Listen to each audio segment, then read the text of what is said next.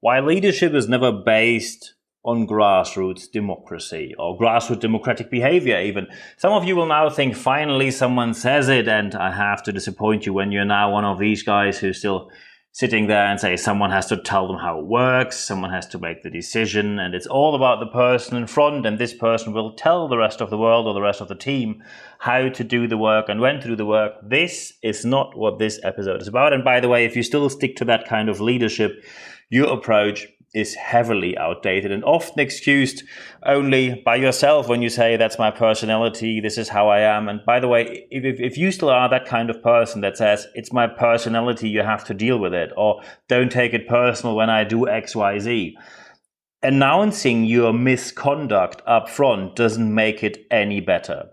So be sure that you listen carefully about what this episode really is about. When we have a decision to make as leaders, we normally have three main choices to do. There are three main options. Of course, some people might say, yeah, but there are mixed scenarios and there are 100 different more options. Yes, absolutely correct. No person who's based in science would say three options and that's all. But there are three main options which you have right now. Let's say you have to make a decision. What are your three main options? Option number one. You do the so-called I decision. Not I, just I, like you as a person. The I decision, which is an authoritarian decision, which means you as a leadership person take the accountability, which you have anyway, and you decide what to do. When is this needed? Because often you hear today that, people say you shouldn't do that. Authoritarian leadership is always wrong. You should always ask the people. You should never be authoritarian because people feel like they will be ignored, etc., etc. Well, let's just face a couple of situations where you might rethink this answer. So let's say someone needs a really quick decision. And I mean time critical. You don't have a day, you don't have half a day, we have 15 minutes. Servers are down, what to do now? Client calls, is a booking, yes or no? Can we deliver, yes or no? We need a decision. The deal needs to be sealed or cancelled. We need to act or not act. And as soon as you have to decide quickly, authoritarian decisions are often the quickest way. And in many cases, they are much needed. And when you talk to people in larger organizations, their main point, their main aspect of any kind of criticism given to you is that people do not decide. They always escalate it to the next person and the next person and the next person. And this technique is called cover your, and then there's a word afterwards starting with A. That, of course, not only not appreciated, it always also takes a very long time. And then you have an authoritarian but slow decision, and often these decisions aren't even well thought through because you escalated it 3 times and the people 3 levels higher in the hierarchy have no idea what you're actually talking about. They just do something because they know they're the last person in the chain and they now have to decide.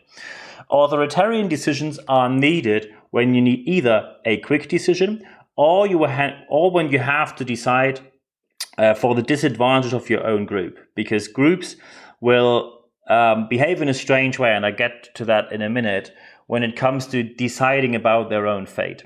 So step number 1, or option number 1, let's say option number 1 is the I decision, the authoritarian decision. Aspect number 2 is the we decision, the so-called cooperative decision, which means you sit together, and this is the point where people always say, this takes rather long, doesn't it? Yes, it might take very long, which sometimes people say, can't we just allow the team to make the decision? Yes, and that is option number 3, the you decision. So you hand the decision over to the people you work together with, and that's the permissive decision. So let's talk about option 3 first. So number 1, we already had. Option 1, authoritarian decision, you decide. Option number 3, permissive decision, the people decide for you. That, for example, is needed when you as a leader of, for example, a department don't have a clue about the facts. Let's face it. When you are a manager or an executive in a large organization and you lead a team of engineers in very complex projects, or you have a group of salespeople who are very knowledgeable about their clients, or you have a group of IT people who know very well what's going on their servers in their department, you can't make the decision because you don't know what's happening there in detail. You are relying on your team giving you advice or telling you what to do right now.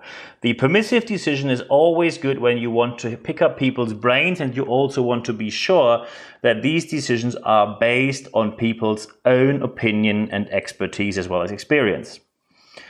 The cooperative decision, and that's option number 2, the we decision, the cooperative decision might take a very long time, but sometimes is much needed. Let's say you have a very complex product, or let's say you have a very complex project. The project might take 2 years, 3 years, 4 years, 5 years. And you will have to work together for a very long time.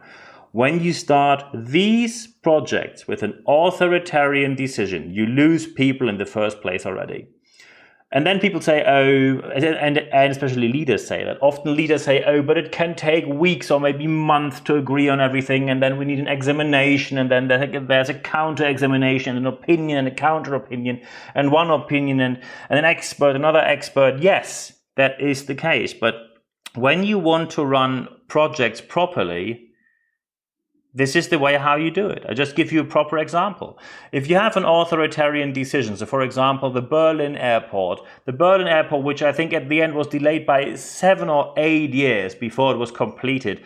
7 or 8 years delay, not project duration, 7 or 8 years delay only, due to different decisions which were, let's say, debatable at best and turned out not to be the smartest ones.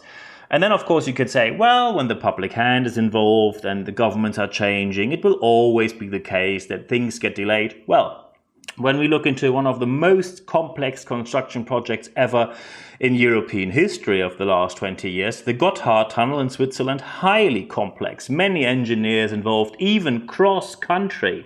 That means you have different countries involved with different political systems, different political parties, local elections, regional elections, federal elections, and it all changes through that. And what happens at the end?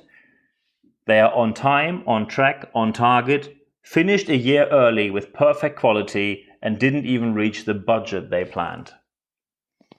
And that happened because there was a cooperative start. They, of course, were a bit forced to do a cooperative start, because when you have more than one state involved, you can't say, hello, we are Switzerland, German, you do what we want. They will say no. Of course, you can't say it vice versa. Germany tell Switzerland, that's what we want to know. Or Italy, Spain, France, Europe, the UK, whatever country you take. When you have two countries and one country says, we tell you how to do it, the answer in the first place will always be no. And now here's the main point. When we have these three options, the authoritarian decision, the cooperative decision, and the permissive decision, it's always situative when you need to pick which one. And now some people might say, well, that means on Monday I can have that approach, and with the same project, just a different task maybe, on Wednesday I have a completely different approach. So on Monday I do the authoritarian decision, and on Wednesday I do a permissive one. Yes. And then people say, well, that sounds a bit like complicated.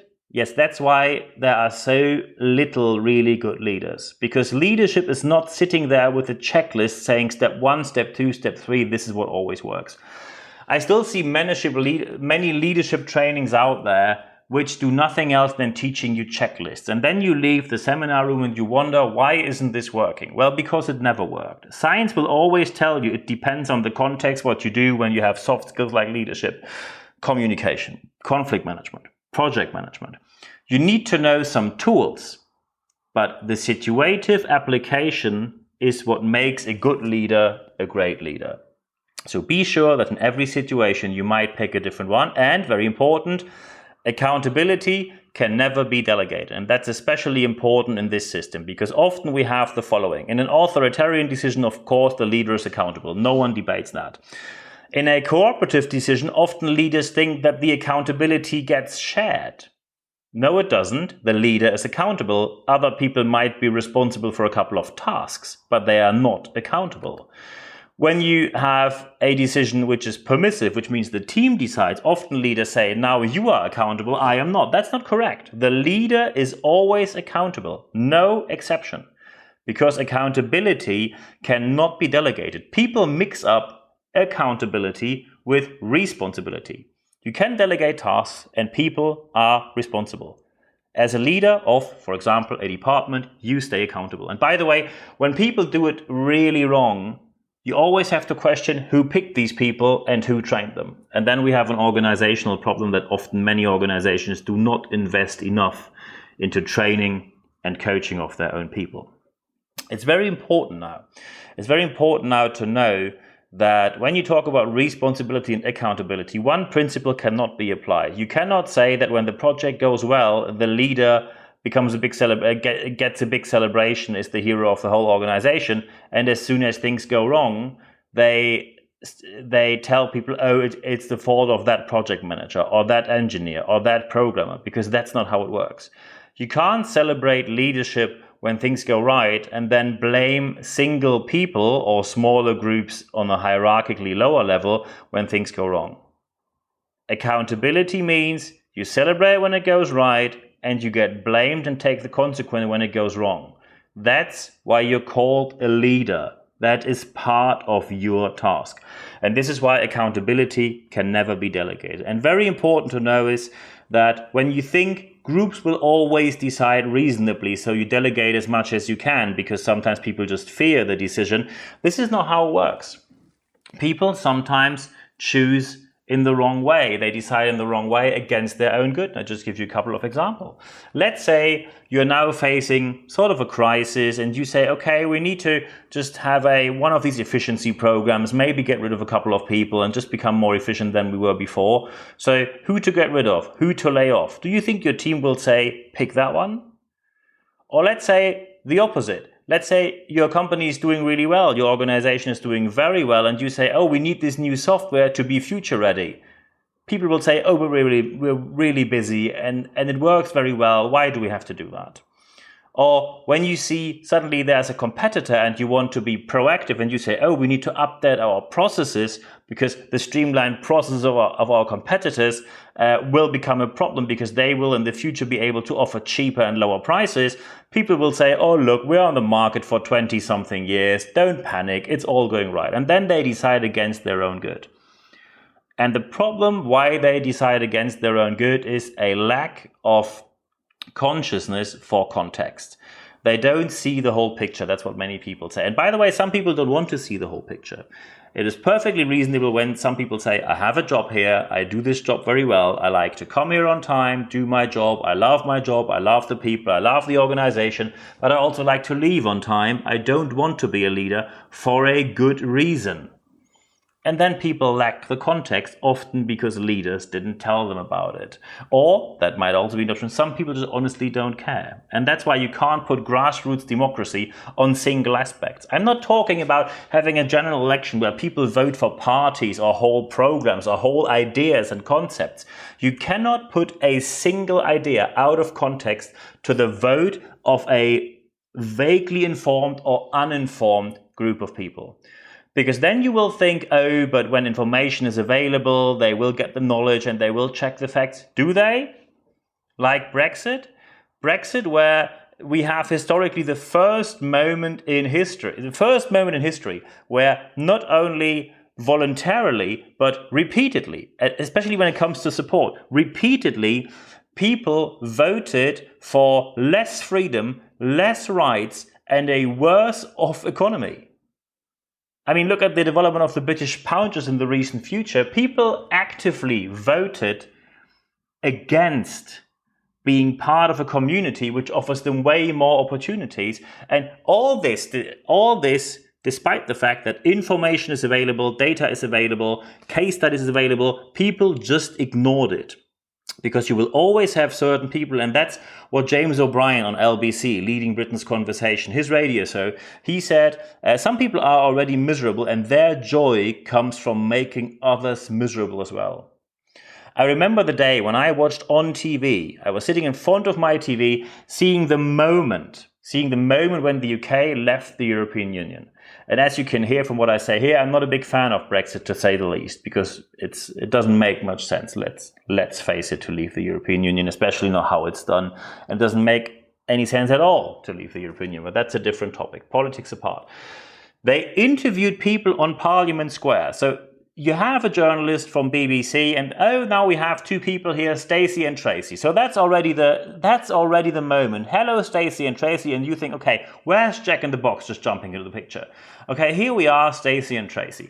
Stacey and Tracy then say they are really excited about Brexit. They get asked why, and then they say, because we get our country back. We take back control of our borders, and then say and then they ask what changes in your life due to Brexit, and then they hesitate, and they say, well, maybe nothing really, and that's exactly the point I was referring to. You take a single aspect out of context and put it to the vote of a group, and maybe the group is informed, maybe the group knows what they are doing, but in many cases they won't, and they vote rather based on an emotion or a group thinking or a group feeling, a group motion, than what makes sense from a factual point of view. Because people can then say, finally, I have it my way. And also, especially in other countries, I mean, in Germany, we have the advantage that we reflect very well on our history, and we know how these kind of votes will and can go wrong. No one in Germany would support a referendum on an EU membership. So how do you can have the idea that when you as a leader avoid making decisions, which, by the way, when you do it constantly, will always and rightfully be held against you, how can you think that you take a single aspect out of context and then say, let's just vote on it, it's all going to be okay? No, it's not going to be okay. That is a very important point. You have three options, and you have to use them in the right situation, the right point in time, in the right doses. Option number 1, authoritarian decision, the I decision. Option number 2, the cooperative decision, the we decision. Option number 3, the permissive decision, where you allow the team to decide. And it's your job and your first decision as a leader to decide which is the one you have to pick in which situation. I wish you all the best when you implement this in your organization. And for today, thank you very much for your time.